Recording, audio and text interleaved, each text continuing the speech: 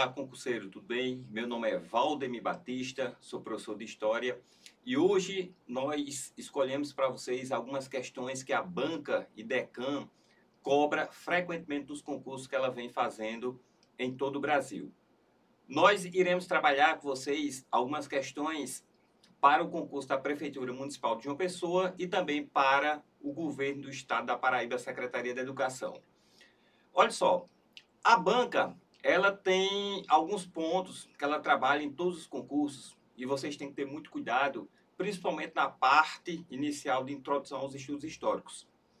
Introdução, seja aquela parte específica sobre as correntes historiográficas, a importância de se estudar história, isso a gente vai trabalhar inclusive em outra aula posteriormente. Hoje nós pegamos alguns assuntos bem recorrentes no concurso recentemente e também alguns concursos anteriores que a banca IDECAM vem cobrando na prova. E aí eu trouxe essas questões para que a gente trabalhe com vocês e veja alguns pontos específicos fazendo explicações de história geral e também de história do Brasil. Lembrando que para o concurso da Prefeitura Municipal de João Pessoa, eles cobram história da Paraíba. E posteriormente a gente vai pegar especificamente só história da Paraíba para a Prefeitura Municipal de João Pessoa. Já para o governo do Estado da Paraíba, eles não pediram, não cobraram história da Paraíba, tá ok? Então, olha só, inicialmente, vamos trabalhar com vocês uma questão que é sobre os povos da antiguidade clássica especificamente. A Grécia é um assunto recorrente não apenas pela banca IDECAM, mas também em todas as bancas e todos os concursos a nível municipal e estaduais que nós temos ao longo ou pelo menos em todas as demarcações territoriais do Brasil, seja na Paraíba, em Pernambuco, RN, Rio Grande do Norte, Rio Grande do Sul, não importa, São Paulo, sempre eles trabalham e sempre eles cobram sobre os gregos. E falando sobre a Grécia, a gente tem que focar sempre, ou pelo menos ter um cuidado muito grande na democracia, né? A democracia foi criada a partir de 506 a.C. por Clístenes, mas teve seu aperfeiçoamento e sua consolidação durante o governo de Péricles, de 461 a.C. até 29 anos a.C. Democracia, que significa o quê? Governo do povo. E houve uma consolidação da bulé e da eclésia, né? Eclésia, que é a Assembleia Popular, e a bulé, que é o Conselho Popular. E também tem o Elieu, o Eliasta, que é o Tribunal Popular. Então, vocês fiquem ligados nessa parte específica da estrutura da democracia lá de Atenas. E uma coisa importante vocês têm que saber sobre a Grécia, e especificamente Atenas, é que a democracia é uma democracia direta. Isso significa que os grupos de cidadãos, ou pelo menos um grupo de cidadãos que participavam da cidadania ateniense, eles escolhiam suas leis na hora, por isso que é chamado direta. Se a gente fizer uma comparação com o Brasil, hoje nós temos uma democracia representativa. Nós, cidadãos, escolhemos os nossos representantes. Essa é a diferença, por exemplo, que existe entre a democracia ateniense e a democracia brasileira atualmente, tá ok?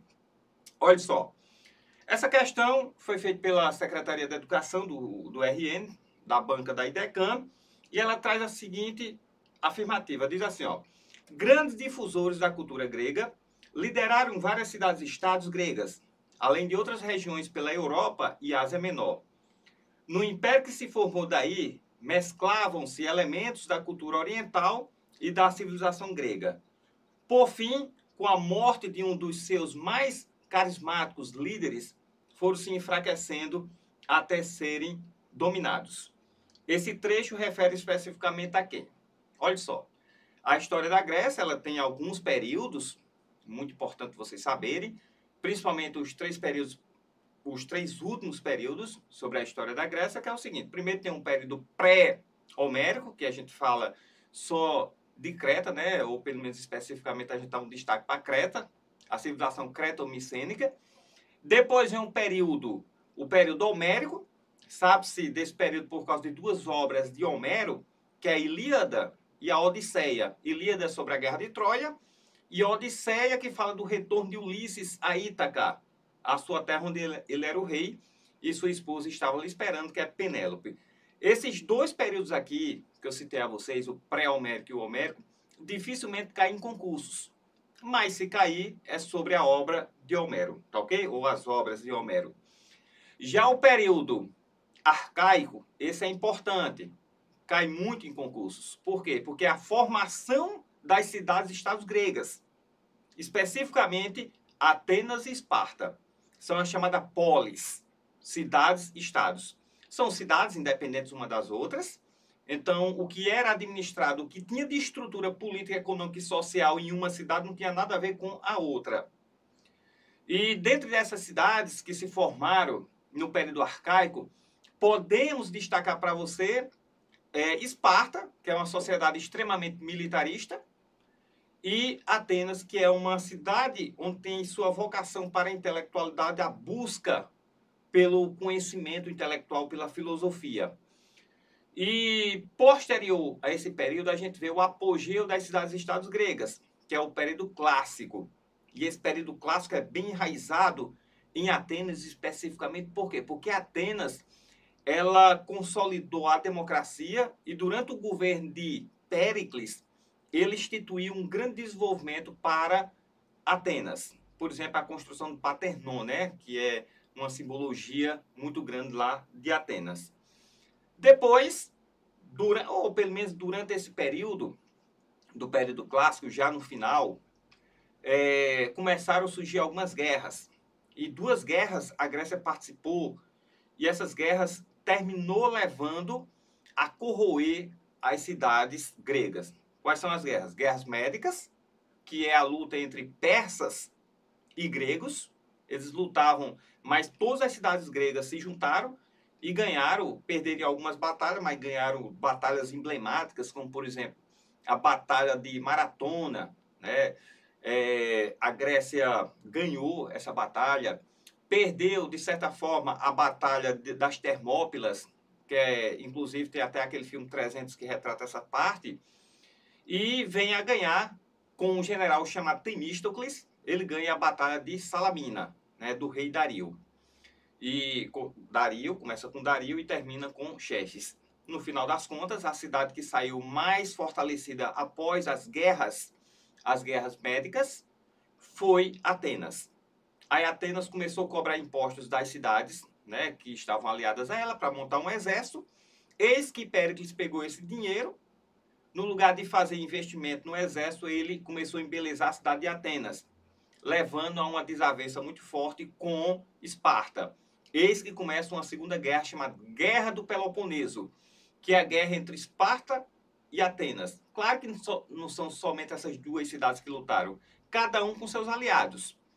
A Liga de Delos, liderada por Atenas, e a Liga do Peloponeso, liderada por Esparta. E quando chega no ano de 404 a.C., Esparta sai vitoriosa. Lembrando que essa guerra do Peloponeso começa no ano de 431, vai até 404 a.C. 20 aproximadamente. A gente está falando de quê? De 20 e poucos anos de guerra que deflagrou entre essas cidades, onde eles lutavam pela hegemonia do mundo grego. Tá ok, turma? Após o enfraquecimento das cidades-estados, porque tiveram outras batalhas, né, como a Batalha Cleutra, né, que teve Tebas, Corinto contra Esparta, aí no final das contas, as cidades-estados gregas estavam enfraquecidas, e o enfraquecimento das cidades-estados fizeram com que Alexandre o Grande, juntamente com seu pai Filipe, eles conseguissem dominar a região da Grécia. Aí começa a última fase da história da Grécia, chamada de período helenístico. E o período helenístico tem uma característica bem peculiar e básica. É a fusão da cultura ocidental, grega, com a cultura oriental. Quando Alexandre o Grande ele consegue anexar essas cidades-estados, ele consegue trazer elementos culturais do Oriente macedônico com o Ocidente grego. Inclusive, ele construiu a maior biblioteca da antiguidade, que é a Biblioteca de Alexandria. Então, essa fusão que tem nessa questão foi justamente no período macedônico, entendeu? Então, o período macedônico foi, ou pelo menos os povos macedônicos foram aqueles povos que conseguiram submeter os gregos à sua dominação com Alexandre o Grande. Tá ok, turma? Aqui a gente tem a citação de outros reinos, como por exemplo os persas. É só um toque para vocês, viu, turma? Quando falar dos persas, você bota sempre na cabeça, lembre de alguns pontos específicos. Os persas eram povos guerreiros também. Os persas eram chamados de povos medos, daí vem as guerras médicas, que a gente tem colocado anteriormente, ou a gente colocou anteriormente para vocês. E falar dos persas, você lembra sempre de Ciro, o Grande, né? Ciro foi um grande organizador do império. Dario foi aquele que começou a consolidação. E Xerxes são, pelo menos, 3 grandes imperadores persas que a gente pode citar, que hoje fica basicamente na região do Irã, né? A civilização persa. E lembrando que ocorreu a criação das satrapias, né? Então, Dario, ele organizou, dividiu o Império Persa em satrapias, e cada satrapia tem o quê? Tem o seu satrapo. Tem um satrapo que é como se fosse governadores, e satrapias são províncias. Fique ligado nisso. Ele criou um sistema de correio bem eficaz, também, Dario. Ele organizou o Império, expandiu o Império. Dario, ele só teve uma queda porque perdeu para os gregos, mas, de qualquer forma, ainda manteve o controle sobre seus territórios. Ele não conseguiu conquistar, foi a Grécia. Beleza, turma? E outra coisa importante em relação à religião persa. A religião persa é muito importante você saber por quê? Porque vai lá e vai cá, cai em concurso sobre a religião. E a religião persa se notabilizou-se pelo dualismo. É o chamado zoroastrismo. É o nome da religião Zoroastra. Recebe esse nome porque foi criado por Zoroastro, o zoroastrismo, que predomina a luta do bem contra o mal. É Arimã, que é o mal, contra Ahura Mazda, que é o bem. Em concurso, a nível de professor, a nível superior, ele bota a religião como mazdismo, que vem de Ahura Mazda. Tá ok? Então, isso aqui são elementos importantes que a gente tem que saber sobre a civilização persa, turma. Então, a civilização persa, você destaca sempre as satrapias, e destaque também o dualismo religioso, que é a luta do bem, que é a Ahura Mazda, e Arimã, que é o mal.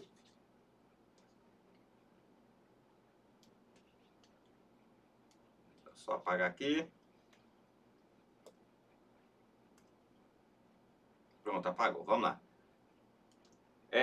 Então, ó, Ahura Mazda. Apagar pra gente...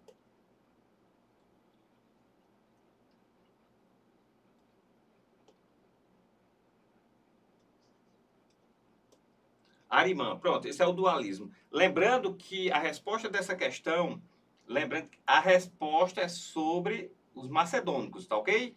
Lembrando, a resposta é letra D. Porém, eu estou explicando os principais elementos que vocês têm que saber sobre essas civilizações que ali estão, no caso acima. Sobre os fenícios, você destaque sempre, e geralmente essas aqui são as respostas, turma, de algumas questões que vieram a cair sobre os fenícios. Fenícios, basicamente, a gente está falando do Líbano. E os fenícios, lembre sempre disso, obrigatoriamente. Comércio marítimo.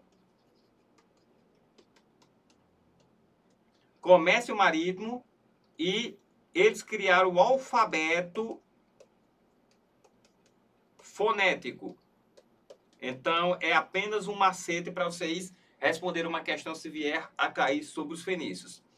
E esses fenícios, eles constituíram e formaram uma das mais importantes colônias do mundo na época, que foi a colônia de Cartago. São chamados cartagineses. que atualmente fica na Líbia, aliás, fica na Tunísia, capital Tunis, não na Líbia, e sim na Tunísia, tá ok?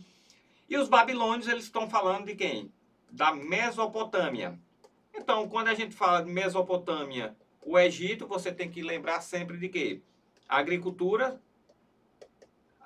era extremamente importante por causa de rios na Mesopotâmia, que era o rio Tigre e Eufrates, e no Egito o rio Nilo, né? Então, eles se notabilizaram pelo desenvolvimento da agricultura na Mesopotâmia. A gente vê também as compilações de leis, que foi no Código de Hammurabi, né, que são os amoritas, chamado também de babilônios. Então, Hammurabi, ele criou a lei de Talião, lembra? Olho por olho, dente por dentro, então vocês fiquem ligados. Então, aqui eu trouxe para vocês, nessa questão, algumas características das civilizações, tanto da civilização clássica, quanto da civilização da antiguidade. Eu trouxe elementos, ou pelo menos alguns pontos, para vocês se ligarem sobre os persas, fenícios e também os mesopotâmicos. Mas lembrando que a resposta dessa questão é a Macedônia, ou seja, os macedônicos, a letra D. Então, eles quem conseguiram invadir a região lá da Grécia, e quando eles invadem a região da Grécia, eles conseguem desenvolver uma cultura, ou pelo menos mesclar a cultura oriental com a ocidental. Tá ok, pessoal? Então, aqui, letra D, essa primeira questão aqui, para vocês ficarem ligados quando forem fazer a prova, tanto da Prefeitura Municipal de João Pessoa, quanto do Governo do Estado da Paraíba. Lembrando de uma coisa importante também, sempre frisando, a IDECAM tem algumas provas que rasgadas, né, assim, muito fácil, mas também tem algumas provas que são muito enfadonhas. Vocês já estão ou deverão ficar preparados para enfrentar qualquer coisa. Tem muitas provas recentes que eles colocam muito texto e vocês têm que estar sempre antenados com o quê? Com o texto e o comando da pergunta, porque eles soltam, de vez em quando eles soltam o quê? Umas casquinhas de banana para você cair em uma cilada e errar a questão. Então aqui você fique antenado para isso, tá ok, turma? Pronto, pessoal, vamos passar para a segunda questão, onde nós iremos trabalhar com vocês sobre a civilização romana, tá ok? Então lá vamos nós. Sobre a civilização romana, a gente tem que ter mais ou menos uma ideia dos períodos que compõem a civilização romana. A gente está trabalhando de que período até que período? De 756 a.C. até 509 a.C. Então, esse é o período que compõe a monarquia romana. Lembrando que dificilmente cai em concurso sobre o período monárquico em Roma. Por quê? Porque é um período em que entra muita questão de lenda, de ficção em relação à fundação de Roma, pelos italiotas, os etruscos e também pelos povos gregos que vieram ao sul ou para o sul da Itália, né, da Península Itálica. Esse período, basicamente, a gente está falando de quê? De reis lendários e reis também que se sabe notícia, ou pelo menos tem manuscritos sobre ele, que é Tarquínio Prisco, Servitulis e Tarquínio Soberbo. O período que mais abrange questões, ou pelo menos que mais se cobre em concurso, é sobre o período republicano, que vai de 509 a.C. até 27 anos a.C. Então, esse período de mais de 500 anos, ou pelo menos quase 500 anos, é o período republicano. E durante esse período, nós tivemos algumas compilações de leis. E essas compilações de leis foram extremamente importantes para a consolidação da cidadania dentro de Roma, ou pelo menos a luta dos plebeus pela obtenção de direitos, já que os patrícios, que era a elite, e os plebeus eram os cidadãos, porém, eles não tinham direitos, né? Não chegavam nem a ser cidadãos. E essas leis foram adquiridas mediante a muita pressão que ocorreu dentro da sociedade romana pelos plebeus, onde eles fizeram uma greve geral no início da República, e essa greve geral forçou os patrícios a cederem. E vocês sabem que quando a população vai adquirindo direito, isso aqui é vagarosamente, bem devagarzinho, quase parando. E a gente vê que eles cobram algumas leis referente a esse período, tá ok? Ou pelo menos a essas leis que eles adquiriram, ou direitos que eles adquiriram.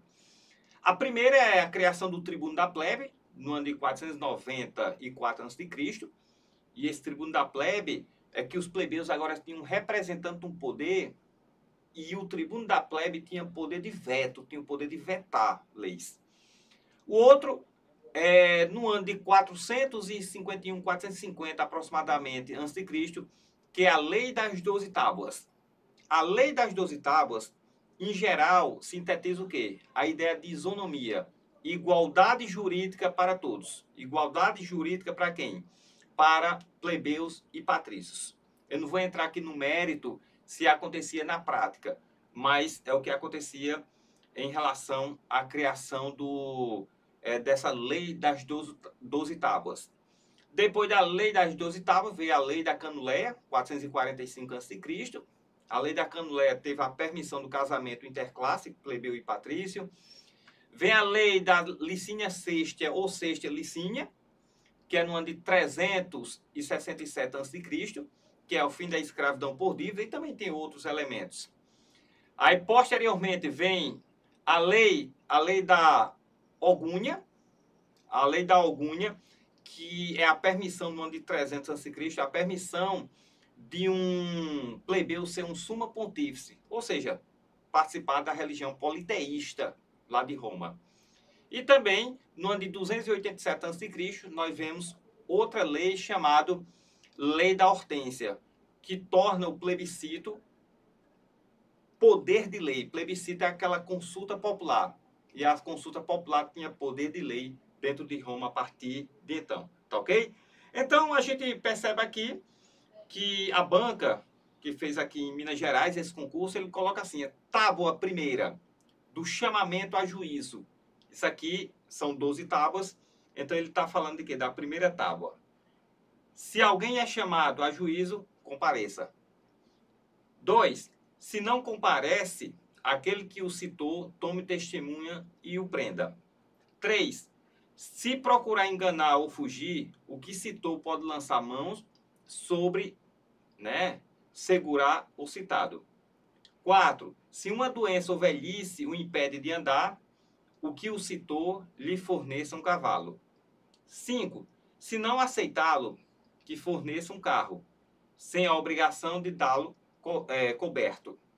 6. Se se apresenta alguém para defender o citado, que este seja solto. No contexto de Roma Antiga, com as constantes manifestações contra arbitrariedades dos patrícios, os plebeus conseguiram, entre 451 a 450 a.C., a aprovação da Lei das 12 Tábuas, que oficialmente é 450, cujo fragmento é apresentado anteriormente. Essa lei marca profundamente o direito romano, pois, inclusive, esse direito passa a ser bem importante para o direito no Ocidente. Lembrando sempre disso. Letra A. Equipara política e economicamente as classes plebeias e patrícia, pondo fim a conflitos seculares? Não, turma. Na realidade, ele estabelece uma ideia de isonomia. Em nenhum momento a lei das 12 tábuas vai equiparar o direito político e economicamente. Até mesmo porque nesse período aqui, dentro de Roma, os plebeus só tinham um representante, que era o tribuno da plebe. E as outras funções políticas dentro de Roma, como cônsules, senadores, ainda eram controladas pelos patrícios. Entendeu? Então, não pode ser a letra A por esse motivo. A letra B. Cria a função do tribuno da plebe. O tribuno da plebe é criado em 490 a.C. O tribuno da plebe é anterior à lei das 12 tábuas.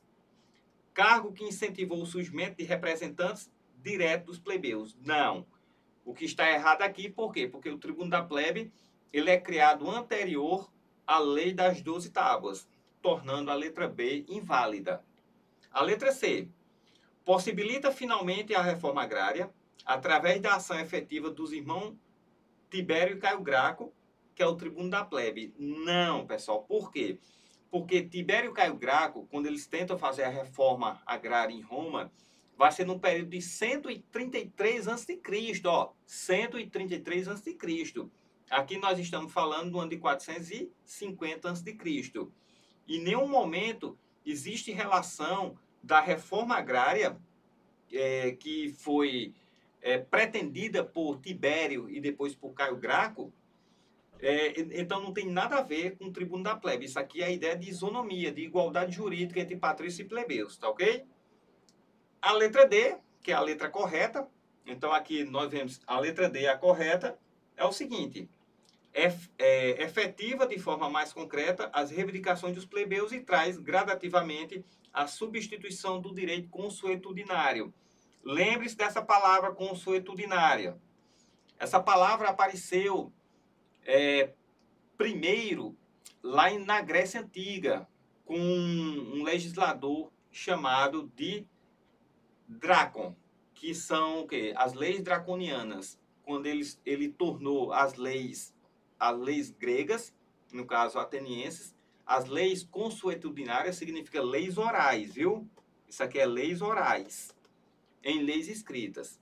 No caso aqui, em Roma, essa lei das 12 tábuas torna as leis agora escritas e não mais orais como era anteriormente. Então, em relação a isso, fique ligado que leis ou direito consuetudinários é aquele direito onde a pessoa tem de boca mesmo, de palavra, entendeu? Não é nada escrito. E no caso, quando o tribuno da plebe ele começa a lutar pelos direitos dos plebeus e é criado no ano de 450 a.C. a lei das 12 tábuas, as leis deixam de ser orais. Então, o direito deixa de ser orais e agora passa a ser o direito escrito, porque a lei das 12 tábuas traz consigo justamente essas leis escritas. Beleza, turma? Então, letra D é a letra correta. Vamos passar aqui para a próxima.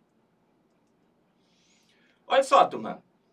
Essa segunda questão, a gente já vê, né, uma abrangência, a gente está trabalhando algumas questões, e essas questões, elas são bem diversificadas, que é para vocês terem mais ou menos uma ideia de como é que vem essas questões em concursos lá,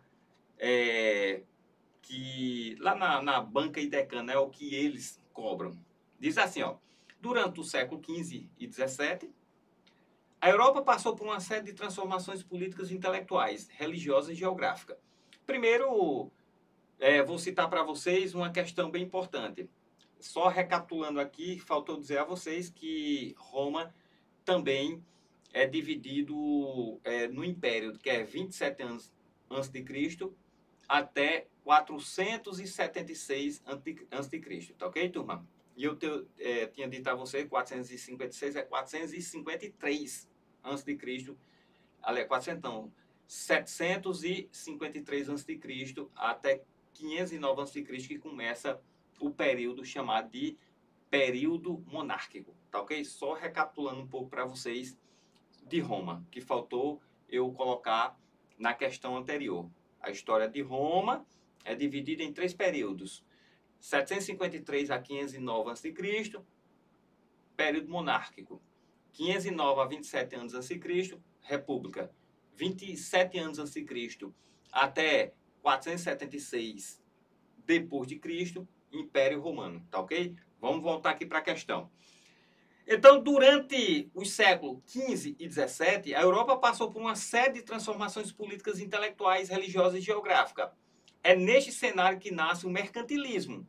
Então, vamos analisar primeiro as transformações políticas que estão tendo lá na Europa.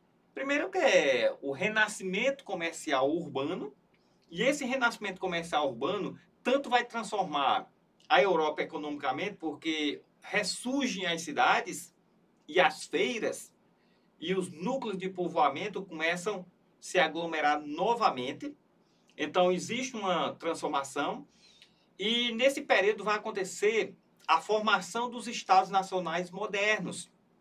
Então, na prática, significa que agora, com o auxílio da burguesia, a burguesia luta agora para unificar os territórios, unificar os feudos. E a partir dessa unificação surge as monarquias absolutistas, tá ok?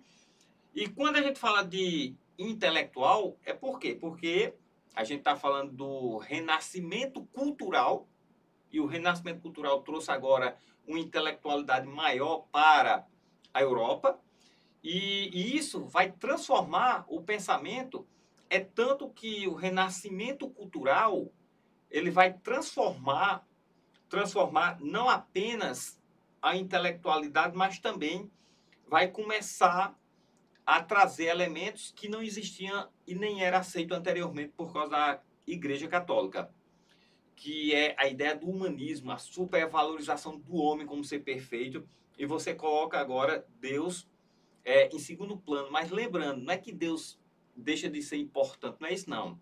É em relação ao antropocentrismo, que o homem agora é o centro de tudo. Deus concede ao homem o livre-arbítrio para ele escolher o seu caminho. Então, isso é uma mudança intelectual que vai acontecer.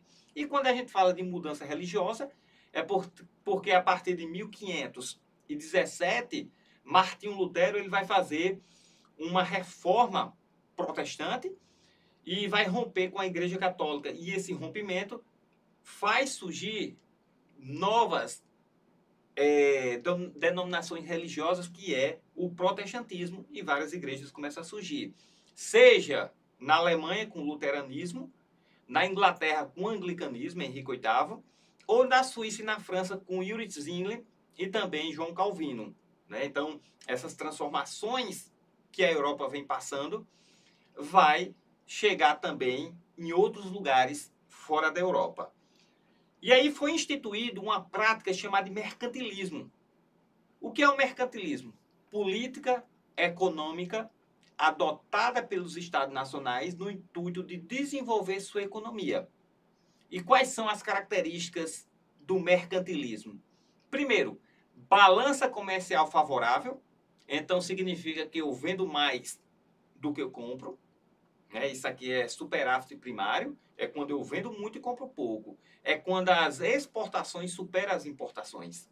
E eles faziam isso. Outro, bulionismo ou metalismo.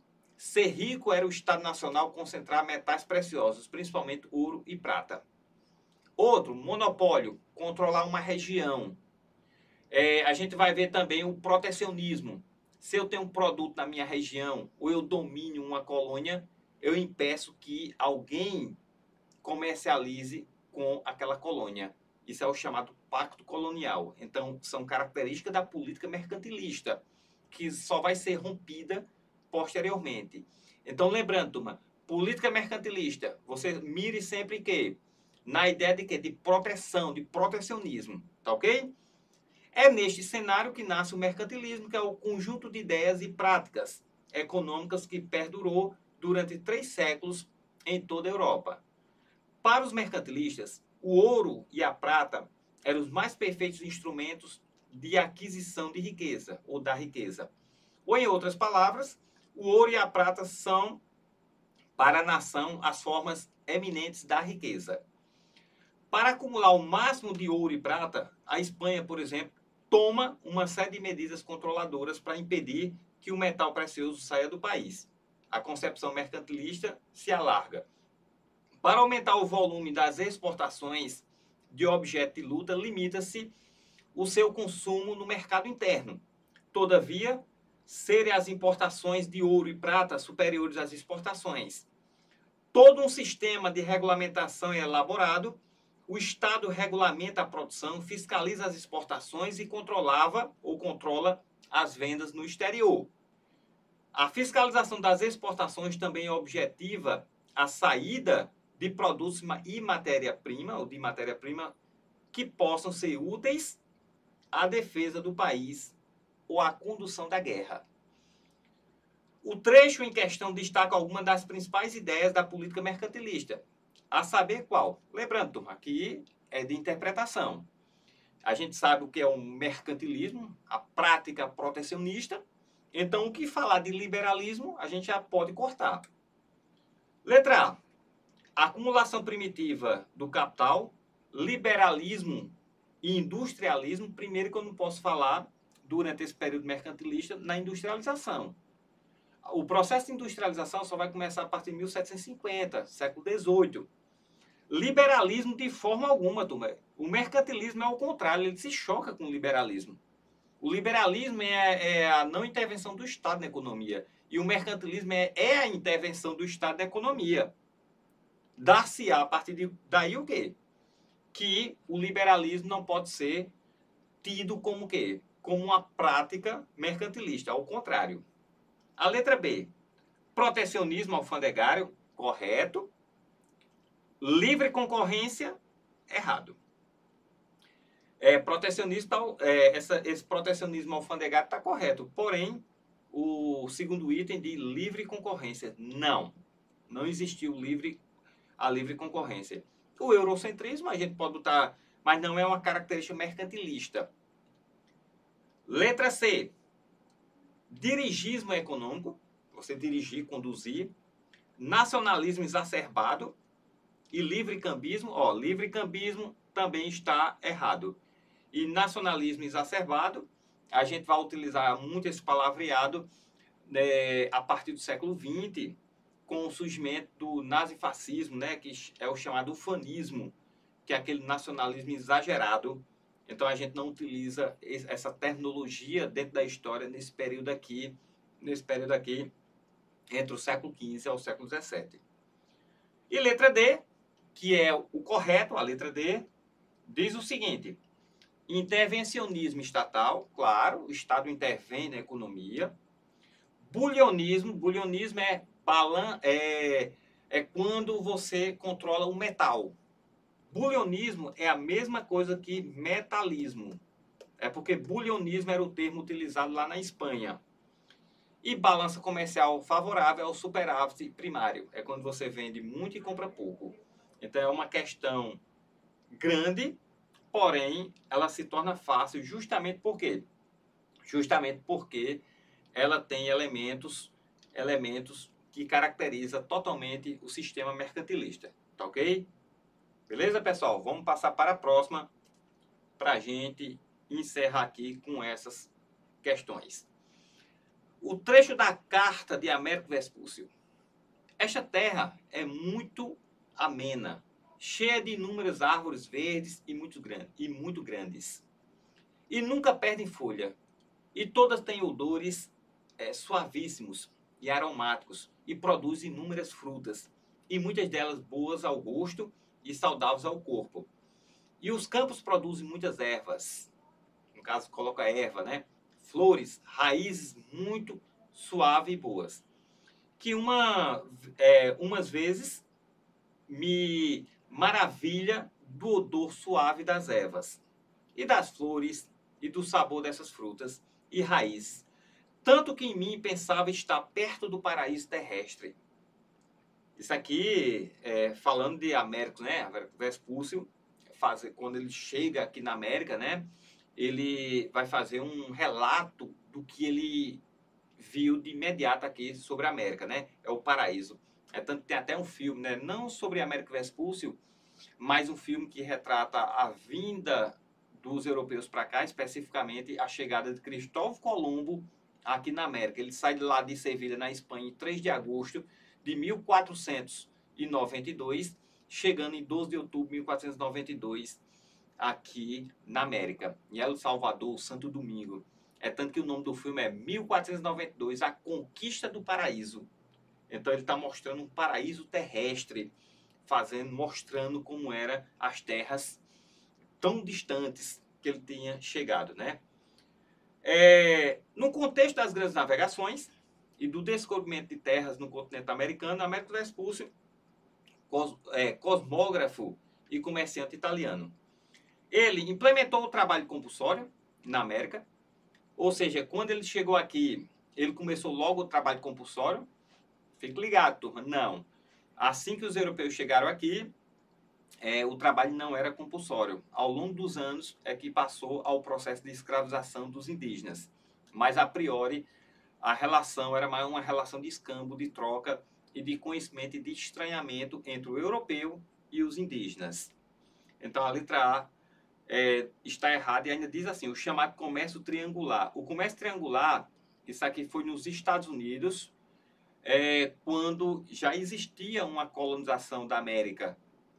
Lembrando que a Inglaterra começou a chegar lá na Virgínia, que é o primeiro território, em 1584, né? Que ele chega, né, na região e aí começa o comércio triangular. As colônias do norte, que não tinha escravidão, eles compravam melaço lá das Antilhas e aí transformava em rum. Aí comprava com esse rum, trocava, né, com escravos e vendia no sul dos Estados Unidos, que é o chamado comércio triangular. Então não tem nada a ver com essas ideias de Américo Vespúcio. Letra B. Liderou uma grande frota de navios e conseguiu a proeza de dar a volta ao mundo numa caravela não tomar. Américo Vespúcio ele vem para a América. E não era a intenção de dar uma volta ao mundo, porque naquela época era inviável. Lembrando que os europeus, quando iniciaram o processo de expansão marítima, eles tinham medo, é o terror do desconhecido, você navegar pelo Oceano Atlântico.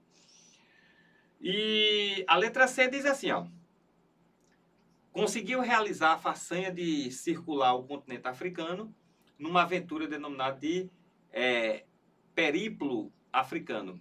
Lembrando que o contorno que foi feito inicialmente pela África foi feito por Vasco da Gama em 1498.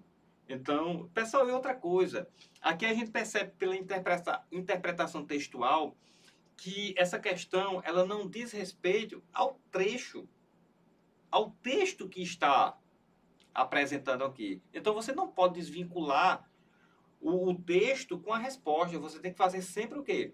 Uma junção dos dois para ver se é coerente. Então, não tem coerência aqui. Ele está falando das maravilhas desse novo mundo. Quando ele chegou, ficou maravilhado com as flores, as plantas, as ervas, as raízes que aqui tinham. Então, não tem coerência nenhuma com a letra A, letra B, nem letra C. Então, você não pode errar uma questão dessa, porque ela é considerada como uma questão fácil para professor, viu? Professor de história. A letra D diz assim, ó, foi responsável pela descoberta e divulgação de que as terras encontradas por Colombo faziam parte de um vasto continente. Então, se você olhar direitinho, a letra D, que é a letra correta, é o que a gente pode ver como resposta correta. Até aqui no próprio comando da questão diz isso, ó. No contexto das grandes navegações e do descobrimento das terras no continente americano, o Américo Vespúcio, cosmógrafo e comerciante italiano, ele foi responsável pela descoberta e divulgação de que as terras encontradas por Colombo faziam parte de um vasto continente. Tá entendendo, turma? Então, essa questão vocês não podem errar jamais. Justamente por quê? Porque é uma questão que ela é fácil, porque é de interpretação textual. E todo professor de história tem que ter o mínimo de interpretação relacionado às questões, essas questões aqui fáceis, né? Tá ok, pessoal? Você que vai fazer a prova de história, tanto para a Prefeitura Municipal de João Pessoa quanto para o Governo do Estado, o Everest Concurso irá ofertar para você o curso de isolada de História, tá ok? Comigo, Valdemir Batista, e nós iremos trabalhar todo o programa, seja da Prefeitura Municipal quanto do Governo do Estado. E qualquer informação que vocês quiserem ter, entre em contato com o Everest Concurso para saber todos os valores, tá ok? Serão todos os sábados, das 19 horas até as 22 horas. E nós iremos fazer algumas interações com vocês, trabalhando sempre com questões. Serão 3 horas e 6 encontros, tá ok? Qualquer coisa é só entrar em contato no telefone 83 987 85 4090 no Everest Concurso. Aguardo todos vocês, tá ok? Pessoal, queria agradecer a todos vocês e dar uma curtida aí. E a gente volta com novas aulas, trazendo aqui questões importantes sobre história do Brasil, história geral. E posteriormente a gente vai trabalhar também história da Paraíba, tá ok? E sempre focado na banca da IDECAM. A gente vai trabalhando constantemente, ou pelo menos focando naquelas questões que a gente tem mais ou menos pelo menos uma projeção que possa cair na prova para vocês, tá ok, pessoal? Até mais!